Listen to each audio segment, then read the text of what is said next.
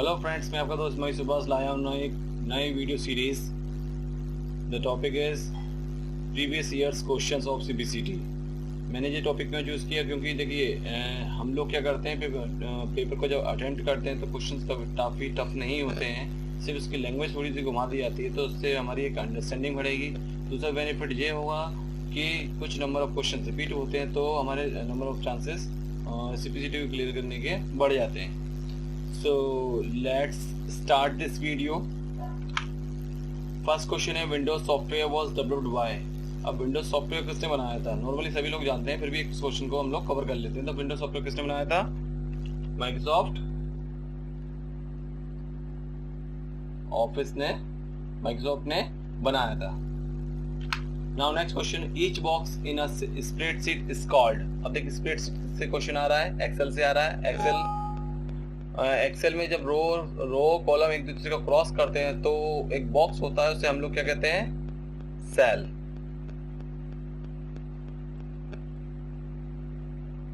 Clear? Now next question, which one of the following is a primary memory. Primary memory means यहाँ पे हम data permanently store नहीं कर पाते हैं। देखिए हार्ड डिस्क में कर पाते हैं, सीडी रोम में कर पाते हैं, फ्लॉपी डिस्क में कर पाते हैं, लेकिन रैम में नहीं कर पाते। जब तक लाइट रहती है तब तक डाटा उसमें रहता है, अदरवाइज डाटा चले जाता है। The keys labeled 0 to 9 on the keyboard are। देखिए जहाँ देखा आपने राइट हैंड साइड पे कीबोर्ड पे नंबर्स लिखे रहते हैं कीज के ऊपर, तो हम लोग उन कीज को हम लोग क्या कहते हैं? Numeric keys. कीज को क्या कहते हैं हम लोग? न्यूमेरिक की। तो आंसर क्या हुआ? Numeric. Identify the name of the secondary storage device. देखिए secondary storage device secondary storage device जहाँ पे आप डाटा परमानेंटली स्टोर कर पाते हैं। ठीक है, देखिए हार्ड डिस्क में हो सकता है, रैम में नहीं हो सकता है, माइक्रोफोन में बिल्कुल भी नहीं हो सकता, रोम में भी नहीं हो सकता है। Okay clear? तो हार्ड डिस्क में हम लोग डाटा परमानेंटली स्टोर करते हैं, तो जैसे क्या कहते हैं हम लोग? Secondary storage device. और रैम और रोम क्या हो गई? प्राइमरी।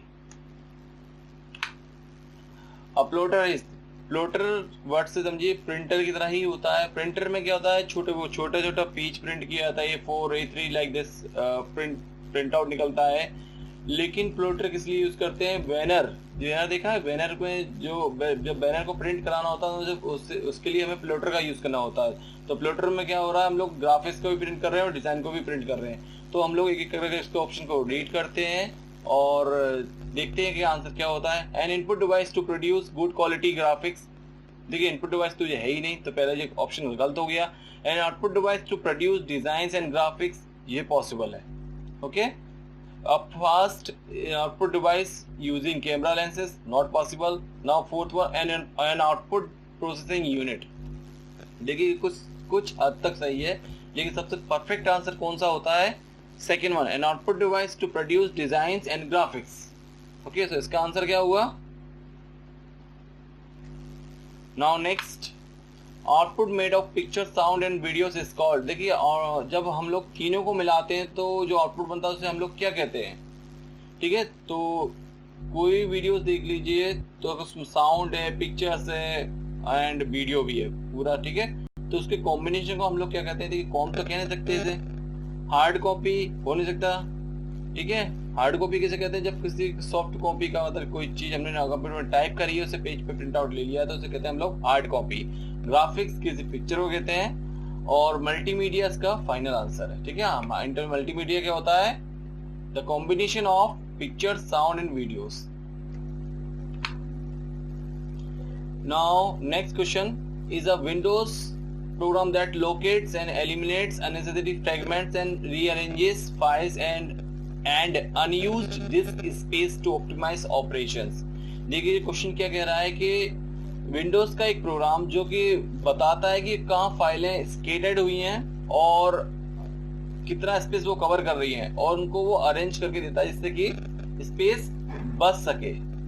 ठीक है, तो ऐसा काम कौन सा सॉफ्टवेयर करता है? इनमें से बैकअप कर नहीं सकता, बैकअप तो बैकअप लेने के लिए होता है, किसी कॉपी करने के लिए होता है। डिस्क क्लीनअप का यूज किस लिए होता है? जब कोई सॉफ्टवेयर हम रन करते थे, एक टेम्परेरी फाइल बनती हैं, तो वो क्या होते हैं? वो कहीं ना कहीं स्टोर हो जाती हैं। जब भी कोई सॉफ्टवेयर रन कर रहे हैं या कोई इंटरनेट चलाते हैं तो कुछ टेम्परेरी फाइल आ जाती है, तो उनको क्लीन करने के लिए डिस्क क्लीनर का यूज करते हैं हम लोग।